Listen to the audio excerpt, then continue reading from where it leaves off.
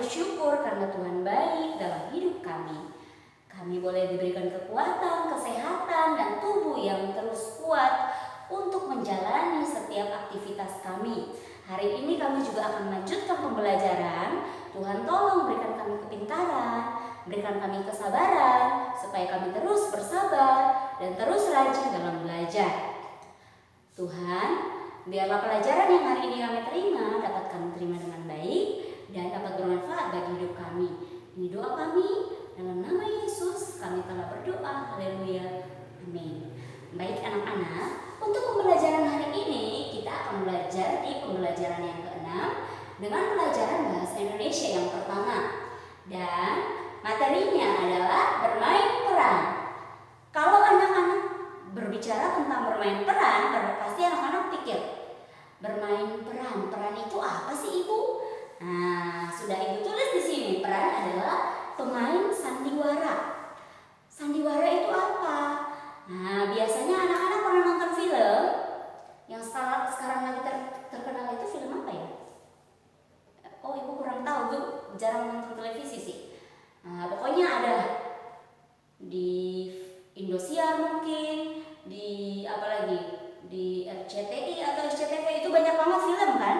Nah, setiap film itu kan tidak terjadi sungguh-sungguh. Itu hanya atau mungkin juga ada yang diangkat dari kisah nyata. Tapi itu yang disebut film itu yang disebut dengan sandiwara. Nah, jadi orang yang bermain dalam film itu yang disebut dengan peran. Yang berperan sebagai ini, yang berperan sebagai itu, dan lain sebagainya. Hari ini juga kita belajar tentang bermain peran. Harusnya anak-anak dikasih tugas untuk bermain peran. Ada yang berperan sebagai ibu, ibunya Nyoman, kemudian ada yang berperan sebagai ayah Nyoman, ada yang berperan sebagai Wayan, dan ada yang berperan sebagai Nyoman. Tapi karena anak-anak belajar di rumah, jadi kita untuk pelajaran yang bermain peran ini kita lewatkan. Yang penting anak-anak tahu kalau peran itu adalah pemain sandiwara. Berarti orang yang berperan sebagai tokoh di dalam sandiwara tersebut. Nah, Ibu kasih contoh juga. Anak-anak pernah nonton film Cinderella? Ya. Kalau anak-anak pernah nonton film Cinderella, orang yang jadi Cinderella itu nama aslinya kan bukan Cinderella, ada nama aslinya. Tapi ketika dia main di dalam film itu, dia berperan sebagai tokoh Cinderella, maka dia akan bernama Cinderella di dalam film tersebut. Nah, itu yang disebut dengan bermain peran. Oke? Bisa paham? Bisa. Pasti bisa. Kita lanjutkan di halaman 116. Pelajarannya yaitu pelajaran matematika tentang membandingkan tinggi dan pendek suatu benda. Kalau berbicara tinggi dan pendek suatu benda, maka anak-anak pasti tahu bahwa setiap benda memiliki memiliki tinggi dan pendek yang berbeda atau memiliki ukuran yang berbeda. Ada yang panjang, ada yang tinggi, ada yang pendek, ada yang tertinggi, ada yang terpendek. Oke? Kalian bisa lihat di halaman 116. Itu ada keluarga siapa tuh? Keluarganya Rasti. Dan ada beberapa benda di dalam situ. Nah, kalau anak-anak lihat, maka anak-anak akan tahu siapa yang tinggi, siapa yang pendek, siapa yang tertinggi, siapa yang terpendek. Nah, kalau sudah diperhatikan, maka anak-anak bisa mengisi latihan yang ada di halaman 116. A yang merupakan titik-titik dalam keluarga. Yang apa? Yang pendek, yang tinggi, yang tertinggi, yang terpendek. Bisa kerjakan untuk saat ini. Selain itu, di halaman 117 juga ada menentukan tinggi dan pendek benda di sekitar. Oke, bisa perhatikan. Menentukan tinggi dan pendek benda di sekitar. Ini ada tabel.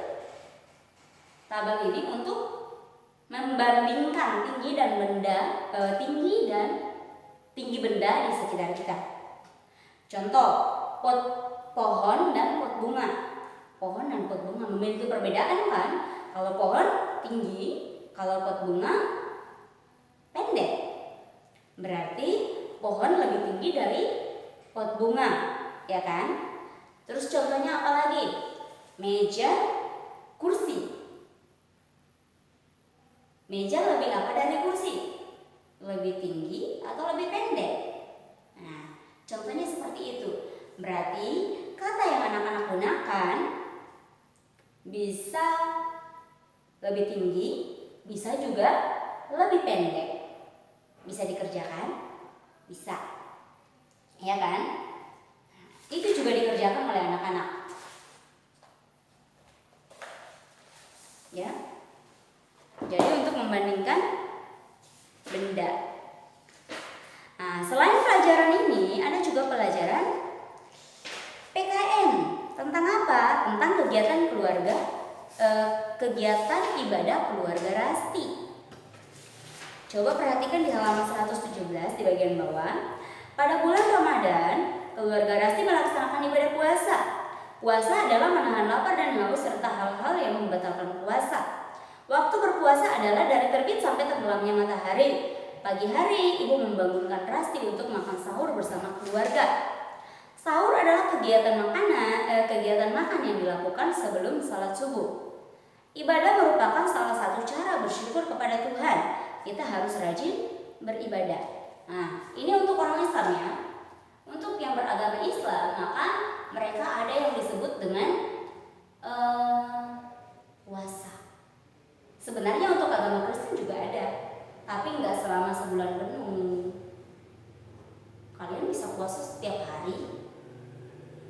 Bukan cuma menahan lapar, bukan cuma menahan haus, tapi juga menahan amarah.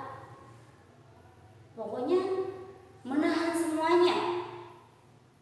Menahan lapar, menahan haus, menahan amarah. Dan kalian diajarkan untuk lebih bersabar. Ya, itu kalau untuk agama Kristen. Jadi bukan cuma agama Islam yang ada puasa. Untuk agama Kristen juga ada ya. Mungkin agama yang lain juga ada seperti itu. Kalau agama lain ibu kurang tahu. Tapi kalau untuk agama Kristen, ya ibu tahu lah. Kan kita agama Kristen, masa kita nggak tahu ya kan? Nah, itu dia. Jadi ini tentang kegiatan ibadah dalam keluarga. Memahami kegiatan bersama keluarga dalam hal ibadah. Apa aja yang biasanya kita lakukan yang berhubungan dengan ibadah? Ada banyak hal yang bisa kita lakukan. Contohnya, kalian bangun pagi, sebelum beraktivitas kalian berdoa, bersyukur, ya kan? Terus sebelum belajar kita berdoa, meminta pimpinan Tuhan, meminta hikmat, meminta kepintaran supaya kita bisa mengingat pembelajaran kita. Nah, itu juga ibadah. Nah, tapi kalau di sekolah mungkin itu belum terhitung karena ini pelajaran PKN yang tentang ibadah ini di dalam keluarga. Nah, kalau ibadah dalam keluarga maka waktu bangun pagi berdoa bersama dengan orang tua. Terus apa lagi? Waktu makan, ketika duduk di meja makan, sebelum makan berdoa bersama-sama. Setelah itu apa lagi? Waktu mau tidur, ketika kalian mau tidur, dipanggil sama orang tua untuk berkumpul berdoa bersama-sama. Pernah melakukan itu? Kalau belum, ayo ajak mama papanya supaya lebih ingat untuk berdoa. Nah, selain itu ada yang lain juga. Contohnya di mana? Ketika Natal, berkumpul bersama-sama. Terus apa? Berdoa bersama-sama untuk keluarga besar. Setelah itu memberikan nasihat kepada anak-anak. Nah, terus tahun baru juga. Tahun yang lama sudah berlalu. Ketika memasuki tahun yang baru, harus ada nasihat-nasihat yang diberikan oleh orang tua kepada anak. Kemudian didoakan setiap apapun yang menjadi perencanaan di tahun yang baru supaya dapat terwujud. Nah, dan berjalan sesuai dengan rencana, bahkan sesuai dengan apa yang menjadi kehendak Tuhan. Itu merupakan hal-hal yang ada atau merupakan kegiatan ibadah yang ada di dalam keluarga. Nah, seperti itu. Jadi bukan cuman agama lain yang bisa, anak-anak juga bisa. Kalau agama Islam kan ada sholat, ada 5 kali sholat. Anak-anak juga bisa. Ketika anak-anak mau belajar juga jangan lupa berdoa. Ketika anak-anak mau makan jangan lupa berdoa. Mau bermain pun jangan lupa berdoa. Kalian nggak perlu duduk manis, lipat tangan, tutup mata untuk berdoa. Ketika kamu katakan dalam hati aja, Tuhan Yesus tolong saya mau bermain, jaga saya. Nah itu juga merupakan doa. Jadi kalian berdoa itu nggak harus lipat tangan, tutup mata. Ketika kamu naikkan ungkapan syukur kamu ke Tuhan aja, itu udah merupakan doa kamu untuk Tuhan. Itu dia. Oke anak-anak, kita juga diajarkan untuk selalu mengandalkan Tuhan dalam segala hal. Nah, dalam kegiatan ibadah itu berarti kamu mengutamakan Tuhan dalam setiap kegiatan kamu. Itu inti dari ibadah di dalam keluarga itu. Oke. Anak-anak bisa buka di halaman 119. Di situ ada glosarium. Nah, ini tentang ada 4 kata sukar yang tertera di situ dan ada artinya. Contohnya apoteker. Apoteker itu apa? Orang yang berwenang membuat obat-obatan. Nah, kalian lihat di pembelajaran 3 ini, di subtema 3 ini itu ada mamanya siapa itu ya? Anak-anak bisa lihat, ibu lupa mamanya siapa, yang pekerjaannya adalah apoteker. Kemudian krayon.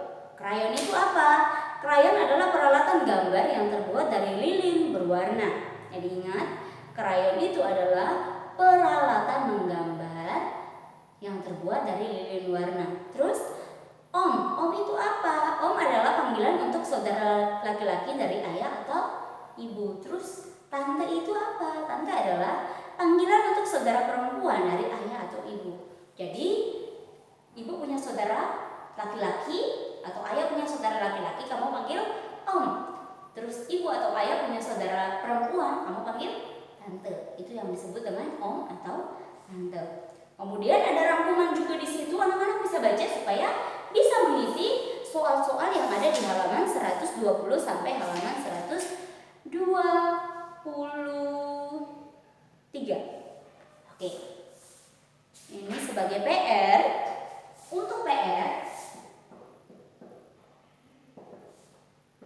halaman 120 sampai 123 bagian B. Hanya bagian B ya. Yang 123 bagian C tidak usah dikerjakan. Jadi demikian untuk hari ini. Jangan lupa mengerjakan PR-nya karena sebentar lagi buku kita akan selesai dan ibu akan mengumpulkan buku ini untuk dikoreksi. Anak-anak, tinggal 1 minggu lagi kita belajar dan tanggal 7 Desember nanti kita sudah ulangan. Jadi jangan lupa untuk belajar yang giat dan lakukan tugas kalian, tanggung jawab kalian sebagai siswa, apapun itu, belajar dan lain sebagainya. Baik,